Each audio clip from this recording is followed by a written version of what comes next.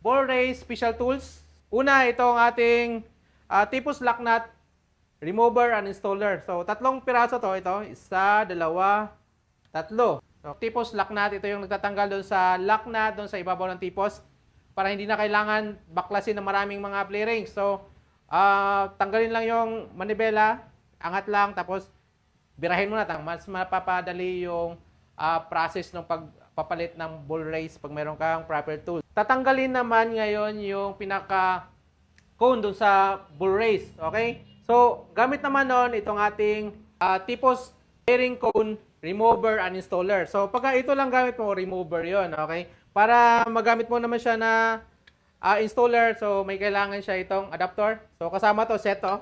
Ito, isa, dalawa, tatlo, apat, lima. So, lima to piraso sa set nitong 2-in-1 remover and installer natin. So, dito, okay? So, okay, tanggal na yung ating bearing cone doon sa tipos. So, tanggalin din natin yung bearing cap doon sa may chassis area, doon sa may leeg ng ating mga motor. So, kailangan naman natin doon para matanggal natin yung bearing cap na yon. So, ito yon. So, 2-in-1 din to. So, pwede din kasi ito sa mga magnetopolar. So, para magamit ito sa magnetopolar, tatanggalin lang tong screw dito. So, pag natanggal na to, ikakabit naman to dun sa adapter ng magnetopolar. Tapos, saksak mo na dun sa magneto mo, tapos hammer mo na. Kaganahan ng ating puller na to, may hawakan siya. Yan. Tapos, malaki yung ating hammer. Hindi maipit yung kamay mo dahil malaki yung space. Ano? Tapos, may hawakan siya ganito.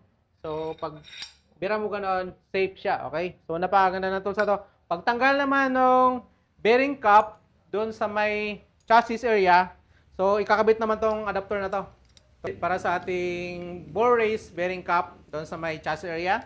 Tapos isabit mo to doon, birahin mo lang ganun, pak.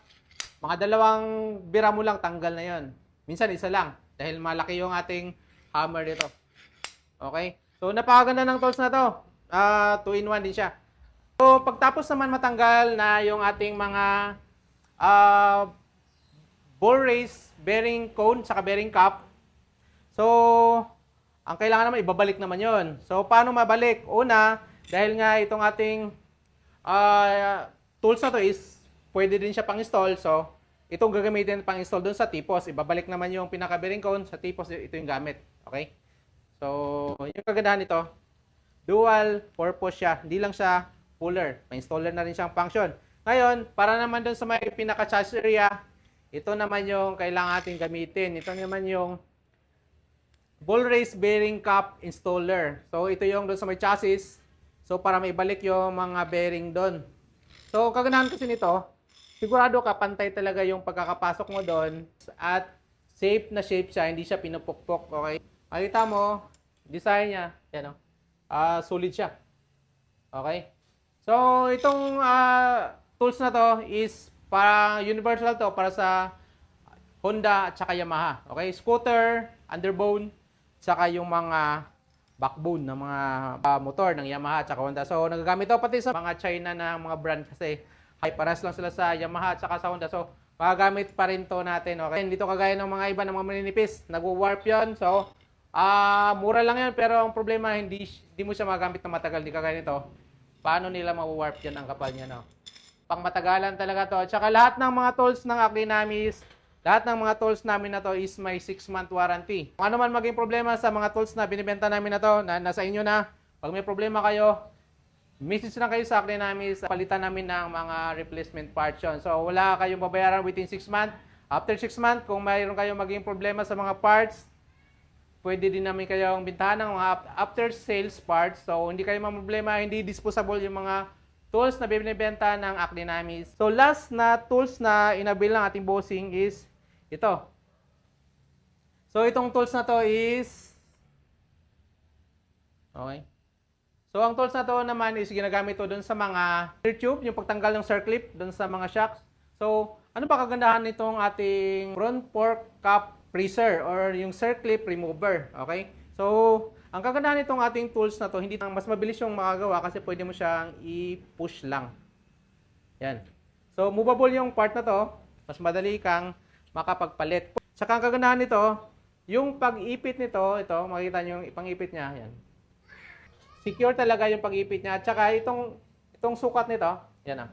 Yung sukat nito, naka-rekta talaga to doon sa pinaka-groove doon sa may ibabaw ng ating inner tube. So, hindi talaga magagasgas yung inner tube. Hindi kagaya ng ibang mga design, doon ka sa may inner tube mag-ipit. So, pag higpit mo ganito, masusugatan yung inner tube. So, magagasgas, maaring pagmulan pa yun ng oil leak. So, dito sa design natin, sinisigurado talaga natin hindi matatamaan yung pinaka-surface na tatamaan ng oil seal. Dahil doon lang siya sa groove talaga tatama. Okay? So, yan. So, ito yung design ng ating tools. Napaka-solid ng ating tools.